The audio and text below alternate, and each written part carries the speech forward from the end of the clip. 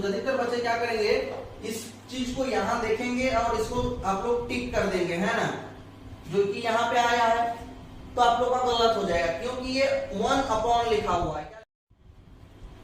नमस्कार, आप सभी का बहुत बहुत स्वागत है हमारे एबी एकेडमी दुमका के यूट्यूब चैनल पर। सभी को गुड मॉर्निंग। और हम लोगों ने एक सीरीज शुरू किया है एमसीक्यू क्वेश्चन प्रीवियस ईयर, जिसमें एएनएम, जेएनएम और बीएससी नर्सिंग के विद्यार्थियों के लिए बहुत ही इंपॉर्टेंट होगा और ये पूछा गया प्रश्न पत्र है। अगला क्वेश्चन है, इलेक्ट्रॉन की वह संख्या जिसे एक कूलम आवेश बनता है, जिससे एक कूलम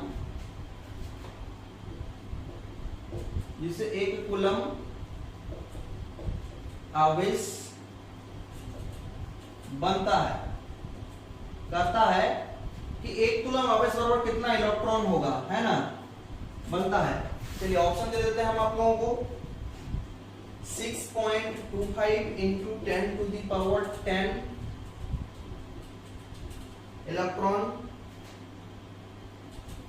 इलेक्ट्रॉन्स। ऑप्शन बी में हम आपको दे देते हैं 6.25 into 10 to the power 18 electrons. Option C दे देते हैं 1.6 into 10 to the power 10 electrons.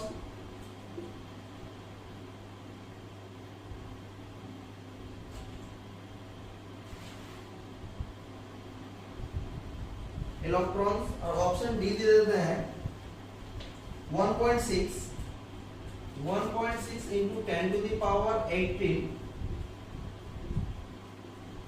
Electrons. तो बताइए 1 कूलम आवेश बराबर कितना होता है, ठीक है ना। कूलम से हम लोग क्या मापते हैं, विद्युत आवेश को मापते हैं, जैसे हमने कल डिस्कस किया था कि कूलम से विद्युत आवेश को मापते हैं, एम्पियर से विद्युत धारा को मापते हैं, वोल्ट जो है वो जूल या फिर कूलम होता है इसका मात्रक, और जूल से हम लोग क्या मापते हैं, ऊर्जा या फिर कार्य को मापते हैं। तो हमें पूछा गया कि एक कूलम 1 कूलम चार्ज, अपन 1 सी चार्ज होता है वो किसके बराबर होता है, तो 6.25 into 10 to the power 18 electron equal to 1 C, एक कूलम आवेश होता है, ठीक है ना। तो आपका ऑप्शन भी सही आंसर है। ये क्वेश्चन बार बार आप लोगों को एग्जाम में पूछा जाता है कि एक कूलम आवेश बराबर क्या होता है, तो 6.25 into 10 to the power 18 electrons होता है एक कूलम आवेश का जो चार्ज होता है ना। तो चलिए आगे बढ़ते हैं हम लोग, इस क्वेश्चन को जल्दी से आप लोग कवर कर लीजिए।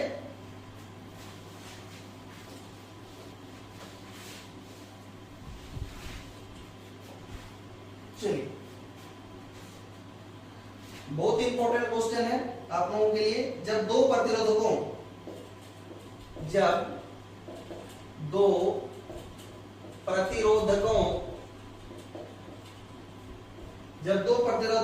R1 और R2 को समांतर संयोजन में, R2 को समांतर संयोजन में जोड़ा जाता है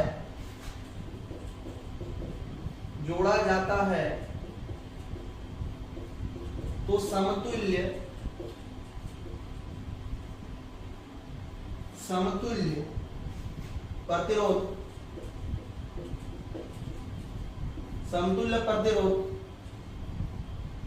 समतुल्य प्रतिरोध आरपी ज्ञात करें, या फिर आरपी बराबर है। ये क्वेश्चन अपना ऑब्जेक्टिव फॉर्म है, इसको हम प्रॉपर सॉल्व करके दिखाएंगे कैसे हुआ है और बच्चे कहां पे गलती करते हैं, इस चीज को हम आपको बताएंगे ताकि आप भविष्य में ये गलती ना करें। 90% बच्चे इस क्वेश्चन को गलत आंसर देके आ जाते हैं ना, आप लोग भी एक बार देखिएगा। चलिए ऑप्शन देते हैं हम लोग। RP equal to R1 into R2 by R1 plus R2, R1 plus R2. Option B, RP equal to R1 plus R2 by R1 into R2. Option C, RP equal to R1 R2, R1 into R2 by R1 minus R2, R1 minus R2.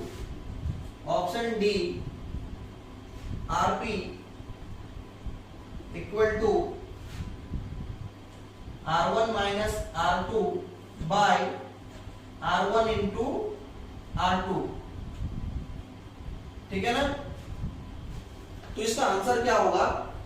देखिए, जब भी आप लोग इसको solve करते हैं तो आप लोग जानते हैं कल के क्लास में मैंने ऑलरेडी पढ़ा दिया है, वीडियो के डिस्क्रिप्शन में मैं लिंक दे दूंगा, हो सके तो आई बटन में भी दे दूंगा, ठीक है, कि समांतर क्रम संयोजन और श्रेणी क्रम संयोजन होता क्या है, मैंने उसको डिटेल्स में समझा दिया है। आज उसी से रिलेटेड क्वेश्चन जो प्रीवियस ईयर क्वेश्चन में पूछा गया है जेसीईसी ईवी के द्वारा, तो देखिए इसका आंसर क्या होगा। तो इसका सही आंसर हो जाएगा ऑप्शन ए, लेकिन अधिकतर बच्चे जो है ऑप्शन बी को मार के चले आते हैं, क्योंकि उनको पता है R1 प्लस R2 होता है ना। तो ये क्वेश्चन अगर ऑप्शन बी मार रहे हैं अगर आप, तो गलत हो जाएगा। क्यों गलत होगा ये मैं आपको आगे यहाँ पे एक्सप्लेन करके समझा देता हूँ, आप लोग ध्यान से देखिएगा, है ना। तो हम लोग समांतर क्रम संयोजन का फॉर्मूला क्या होता है? समांतर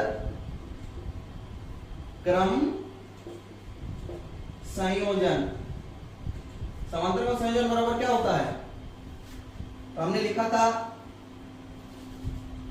1 by RP equal to 1 by R1 plus 1 by R2 plus 1 by R3 dot dot dot dot dot, इस तरह से लिखा था। तो हमें निकालने क्या बोला है? 1 by RP इक्वल टू क्या हो जाएगा? यहाँ पे हमारा दिया हुआ है R1 और R2 दो प्रतिरोध है, R1 और R2 दो प्रतिरोध है। तो चलिए इसका समतुल्य प्रतिरोध निकालते हैं। तो लिखेंगे 1 by R1 plus 1 by R2, R1 और R2 का एलसीएम लेंगे तो क्या हो जाएगा? तो एलसीएम हो जाएगा R1 इंटू R2, ठीक है। अब इसको अगर हम लोग R1 R2 को अगर R1 से भागा देंगे तो R1 और R2 कट जाएगा, तो हो जाएगा R2 माइनस ये प्लस होगा क्योंकि यहाँ पे प्लस है। उसी प्रकार R2 को भागा देंगे तो R2 कट जाएगा, R1 बचेगा R1, ठीक है। तो 1 बाय RP इक्वल टू क्या निकल गया? R1 plus R2 plus R1 into R2। तो अधिकतर बच्चे क्या करेंगे, इस चीज को यहां देखेंगे और इसको आप लोग टिक कर देंगे, है ना, जो कि यहां पे आया है। तो आप लोग का गलत हो जाएगा क्योंकि ये 1 अपॉन लिखा हुआ है। क्या लिखा हुआ है? 1/1 अपॉन RP। तो जब हम RP निकालेंगे तो क्या हो जाएगा? उलट जाएगा। क्या हो जाएगा? उलट जाता है। जब हम इसको RP लिखेंगे, RP इक्वल टू, तो ये उलट जाएगा। तो क्या हो जाएगा? R1 into R2 bye R2 plus R1। इसको अच्छा दिखने के लिए हम लोग कैसे लिख सकते हैं? तो R1 into R2 by R1 into R2 by R1 plus R2, जो कि आपका ऑप्शन ए में है ना। तो इसीलिए आपका ये आंसर सही है। अगर आप इस जगह पे आकर ही आंसर को छोड़ देंगे ना, तो आप गलत आंसर को टिक कर देंगे। और एग्जाम में होता क्या है, आप जल्दीबाजी में हड़बड़ी में गड़बड़ी कर देते हैं। अधिकतर बच्चा क्या करता है, हड़बड़ी में क्वेश्चन को पूरा सॉल्व किए बिना ही आधे अधूरे में टिक कर देते हैं। अक्सर इंसान चट्टानों से नहीं टकराता है, बल्कि छोटे पत्थरों कंकड़ों से टकरा जाते हैं, है ना। तो बड़ी बड़ी गलतियां तो इंसान नहीं करता है, छोटी छोटी गलतियां हो जाती है। आपको छोटी छोटी गलतियों को क्या करना है?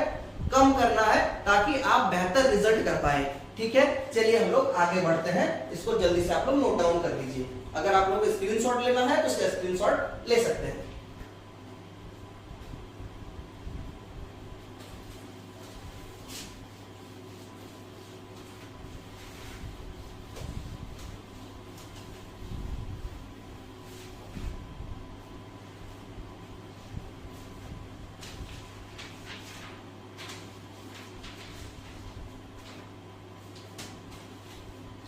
अगला सवाल है हमारा,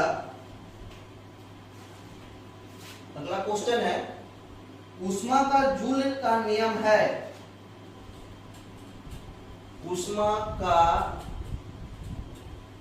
जूल का नियम है, ऊष्मा का जूल का नियम है, क्या है? चलिए ऑप्शन दे देते हैं, फिर चीजों को आपको समझा देंगे हम, है ना। H equal to I R square T, option B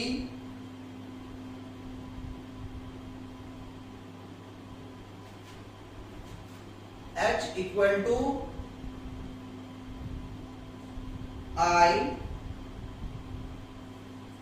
R T, option C हो जाएगा H equal to I square R T, और ऑप्शन डी हो जाएगा H equal to I R square. जल्दी से इसको सॉल्व कीजिए और मैं आपको इसके बाद बताता हूं कि क्वेश्चन को कैसे सॉल्व करना है ना। जल्दी से आपको बताइए इसका क्वेश्चन आंसर क्या होगा, चलिए जल्दी कीजिए। तो हो गया हम लोगों का, तो इसका आंसर हो जाएगा H equal to I square R T, H equal to I square R T. ये जूल का नियम होता क्या है कि देखिए, जब किसी तार से हम इलेक्ट्रिक का प्रवाह करते हैं, इलेक्ट्रिक यानी विद्युत धारा का प्रवाह होता है, तो तार गर्म होता है। अगर आप लोगों को विश्वास नहीं होता है तो थोड़े पतले तारों में आपका जो इस्त्री करने वाला आयरन है उसको जोड़ के देखिएगा और तार को छू के देखिएगा, तार गर्म हो जाएगा। तार क्यों गर्म हो जाता है? लेकिन हाँ, इसको करने से पहले एक प्रिकॉशन अपनाइएगा, जब तार को छुइएगा तो प्लग से तार को निकाल लीजिएगा, है ना, तो करंट भी लग सकता है। तो क्या होता है, जब आप किसी तार में लोड ज्यादा दे देते हैं या फिर विद्युत धारा जब किसी तार से होते हुए प्रवाहित होती है तो तार गर्म हो जाता है। तो तार गर्म होता है तो धारा के कारण तार गर्म होता है, तो उसी को हम लोग कहते हैं ऊष्मा का जूल का नियम, है ना। क्योंकि उसमें जो इलेक्ट्रॉन होता है वो तार के सतहों में टकराता है और टकराने के बाद उसमें ऊष्मा प्रोड्यूस होता है, उसी को बोलते हैं हम लोग ऊष्मा का जूल का नियम। इसका फॉर्मूला होता है H यानी heat equal to I square R T. यहाँ पे I बराबर धारा है, ठीक है, R बराबर प्रतिरोध है, ठीक है, और T बराबर समय है ना। तो क्या होता है, हर एक तार में जो भी तार है वो क्या होता है, उसमें कुछ ना कुछ प्रतिरोध होता है। जहां पे प्रतिरोध होगा वहीं पे तार गर्म हो जाएगा। और जैसे आप लोग हीट आयरन जो करते हैं उसमें क्या लगा रहता है, तो नाइक्रोम का तार लगा रहता है। इसी प्रकार जो आप लोग रूम हीटर का यूज करते हैं उसमें पतली पतली सी रूम हीटर में क्या होता है, इस तरह से तार लगी होती है, वो क्या होती है, नाइक्रोम का तार होता है। किसका होता है, नाइक्रोम का तार। नाइक्रोम का तार का क्या ज्यादा होता है, तो नाइक्रोम के तार का प्रतिरोध ज्यादा होता है, और जब उससे क्या बहता है, तार से धारा बहता है तो वो गर्म हो जाता है। जब तार से धारा, नाइक्रोम के तार से धारा बहेगा तो क्या हो जाएगा, तार गर्म होगा, तार क्या हो जाएगा, गर्म हो जाएगा। पीछे एक पंखा लगा रहता है, जो पंखा नचता है तो हवा निकलती है, गर्म हवा निकलेगी तो आपको गर्म कमरा गर्म कर देता है। इस थ्योरी पे रूम हीटर काम करता है ना। तो यही फॉर्मूला यूज होता है वहां पर भी, H equal to I square R T, जिसमें आई धारा है। जब भी किसी तार से धारा प्रवाहित होती है तो उसमें प्रतिरोध उपस्थित होने के कारण उसमें क्या हो जाता है, ऊष्मा प्रोड्यूस होता है, गर्मी निकलता है ना, गर्म हो जाता है। चलिए आगे बढ़ते हैं हम लोग।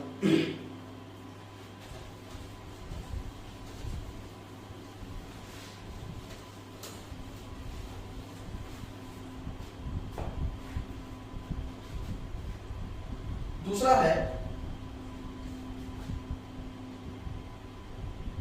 दिए गए माध्यमों के युग्म के लिए, दिए गए माध्यम के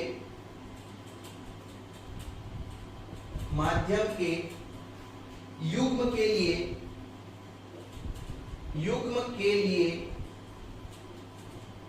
दिए गए माध्यम के युग्म के लिए आपतित कोण का साइन, आपतित कोण का या कोण के, आपतित कोण के साइन, आपतित कोण के साइन से अपवर्तन कोण के साइन, से अपवर्तन कोण के साइन, अपवर्तन कोण के साइन का अनुपात नियत है, का अनुपात नियत है। ठीक है, इसमें हम लोग सारे जो ऑप्शन है, सारे ऑप्शन का हम लोग पोस्टमार्टम करेंगे। ठीक है, जितने भी ऑप्शन है। तो चलिए, ऑप्शन ए में है मैलस का नियम,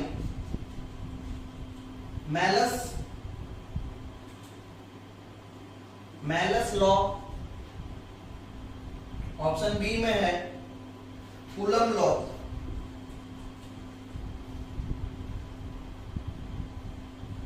कूलम लॉ।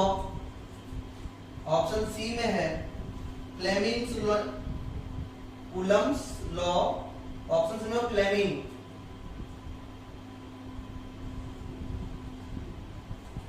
Fleming's law.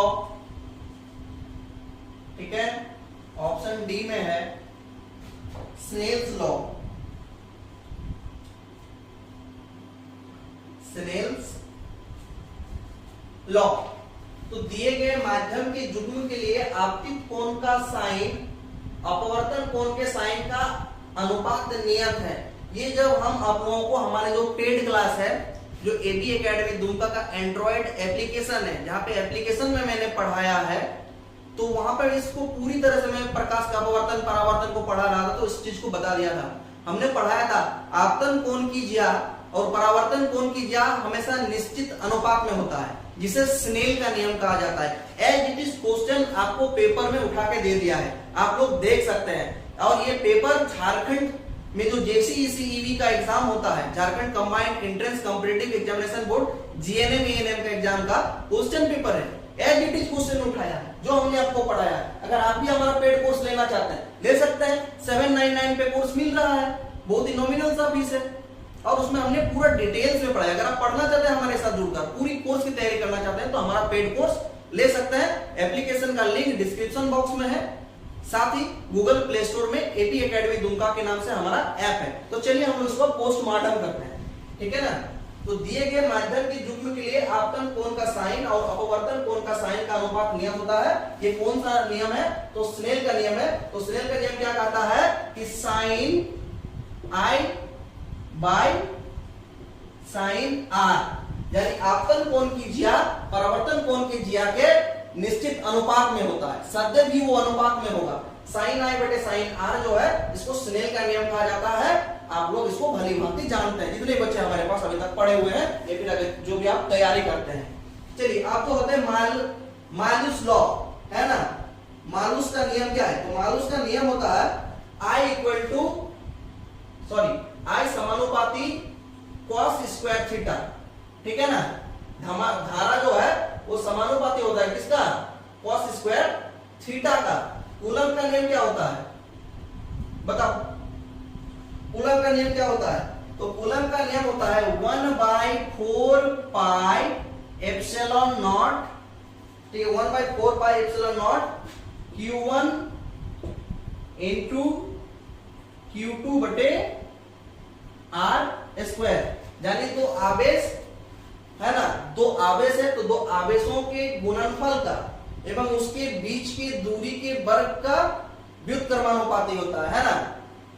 तो आवेश के गुणनफल का समानुपाती, दो स्थिर आवेश है उसके गुणनफल का समानुपाती एवं उसके बीच के दूरी के व्युत्क्रमानुपाती होता है। इसको कूलम्स नियम भी कहते हैं। कूलम्स में आप लोग 12th में पढ़े थे इसको, है ना। कूलम का नियम जब आप लोग पढ़ रहे थे 1/4 pi epsilon not Q1 Q2 by R square, और यहाँ पे लगा देंगे, एरो लगा देंगे, तो इसको बोलते हैं वेक्टर फॉर्म में, है ना। चलिए आगे बढ़ते हैं हम लोग। फ्लेमिंग का नियम, फ्लेमिंग का बाएं हाथ का नियम होता है। फ्लेमिंग का कौन सा नियम होता है? Fleming's left hand law. इस तरह से हम लोग उसको ड्रॉ करते हैं ना, इस तरह से। तो कैसे ड्रॉ करते हैं? एक इधर और एक इधर, इसी तरह से हम लोग ड्रॉ करते हैं। ठीक है, इसी तरह से करते हैं ना, हुआ ना। चलिए इसको और अच्छा से समझा देते हैं। है ना। चलिए अब ठीक है, तो ये आपका अंगूठा है, ये आपका तर्जनी है और ये आपका मध्यमा है। ये कौन सा उंगली है हाथ का, तो ये हो गया अंगूठा, अंगूठा, ये क्या हो गया तर्जनी, और ये क्या हो गया मध्यमा। आप अपने बाएं हाथ को ऐसे करके देख लीजिए, ऐसे करके, है ना। फ्लेमिंग के बाम हस्त नियम, तो बाम हस्त नियम क्या कहता है, ये होता है एफ, ये होता है बी और ये होता है आई, FBI। अमेरिका का गुप्तचर संस्था क्या है, FBI। फ्लेमिंग का बाएं हाथ का नियम भी क्या है, FBI। तो एफ क्या है, एफ क्या है, तो बल की दिशा। एफ क्या है, तो एफ है बल की दिशा, ठीक है ना। एफ हो गया बल की दिशा। बी क्या हो गया, बताओ बी क्या हो गया, तो ये हो गया चुंबकीय क्षेत्र, चुंबकीय क्षेत्र। और ये आई क्या हो गया, तो आई हो गया विद्युत धारा, है ना। आई क्या हो गया, विद्युत धारा। अगर आपको पूछा जाए कि अंगूठा किसकी ओर दिखाता है, फ्लेमिंग के बाएं हाथ के नियम के अनुसार, फ्लेमिंग के बाम हस्त नियम में अंगूठा दिखाता है आपकी बल की दिशा, तर्जनी किसको दिखाता है, तो तर्जनी दिखाता है चुंबकीय क्षेत्र, और मध्यमा किसको दिखाता है, तो मध्यमा दिखाता है आपका विद्युत धारा। ये भी बहुत ही इंपॉर्टेंट है ना, याद रखिएगा। और आप लोग जो क्वेश्चन अभी पढ़ रहे थे इसका सही आंसर स्नेल का नियम होगा। इस क्वेश्चन का आंसर ये है, बाकी मैंने सारे टॉपिक को क्लियर कर दिया। आई होप आप लोगों को पसंद आ रहा है। अगर वीडियो पसंद आ रहा है तो लाइक कमेंट एवं शेयर करना ना भूलें, क्योंकि आप लाइक कमेंट और शेयर करते हैं तो हमें भी एनर्जी मिलती है सुबह सुबह उठ के पढ़ाने के लिए, है ना। जैसे आप लोग वेरी गुड मॉर्निंग विश करते हैं, हमें भी बहुत अच्छा लगता है और आपको पढ़ाकर हमें भी संतुष्टि मिलता है। लेकिन हाँ, जब तक आप लाइक नहीं करते हैं, इस वीडियो को शेयर नहीं करते हैं, तो हमें भी थोड़ा सा दुख होता है। तो आप लोग वीडियो को ज्यादा से ज्यादा लाइक करें, दोस्तों के साथ शेयर करें, चैनल पर नए हैं तो सब्सक्राइब कर दीजिए, ठीक है। आगे बढ़ते हैं हम लोग।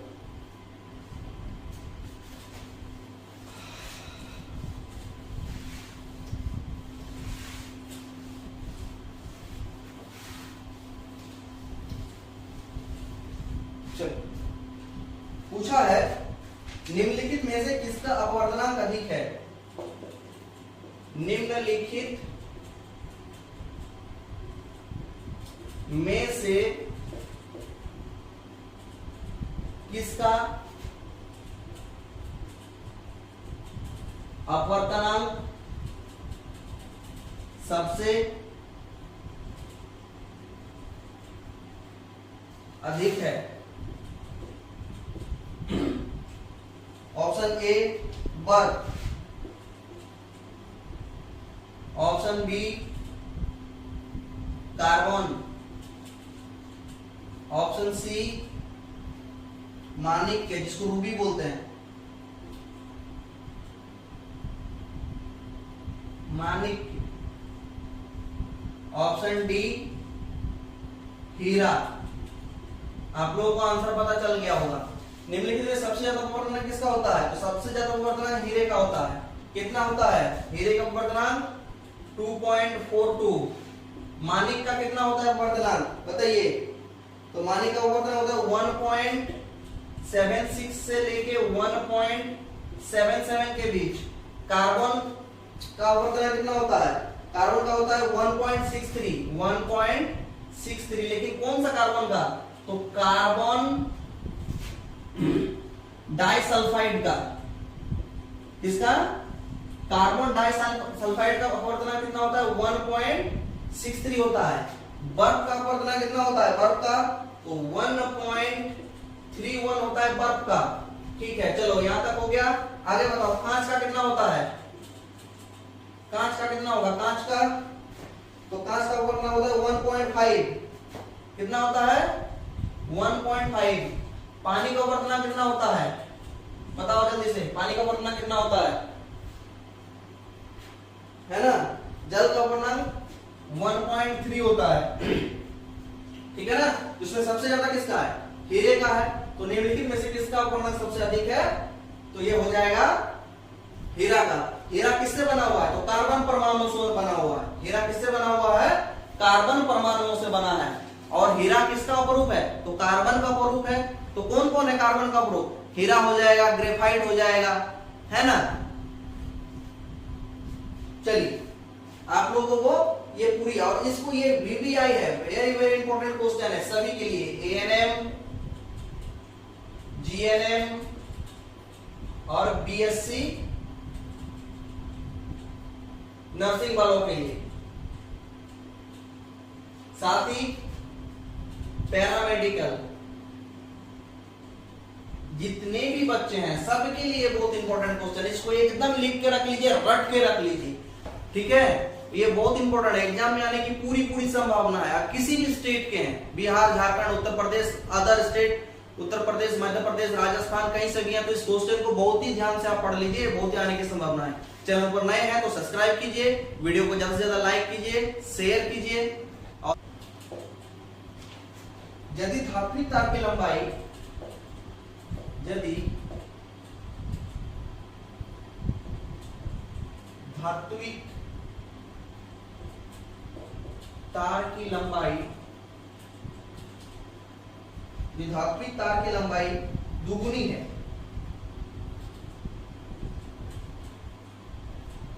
दुगुनी है, धात्विक तार की लंबाई दुगुनी है, तो तार के प्रतिरोध डैश होगा। तो तार का प्रतिरोध डैश होगा। ये हमारा क्वेश्चन है। हमारा ऑप्शन है आधा तक कम, आधा तक कम, दूसरा हो जाएगा 2 गुना, 2 गुना, तीसरा ऑप्शन है 1/4 तक कम, 1/4 तक कम,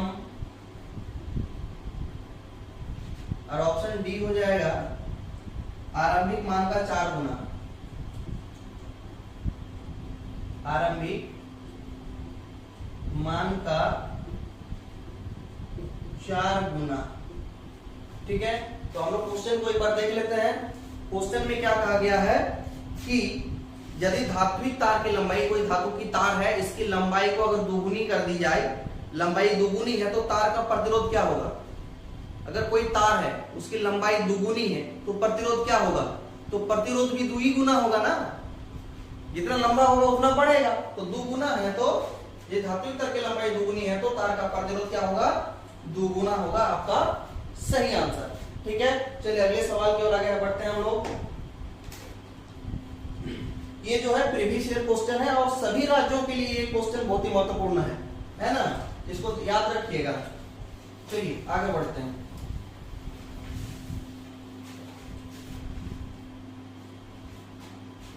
इलेक्ट्रॉन की वो संख्या, और कल हम लोग फिर से मिलेंगे इस तरह के एमसीक्यूज क्वेश्चन को लेके। आप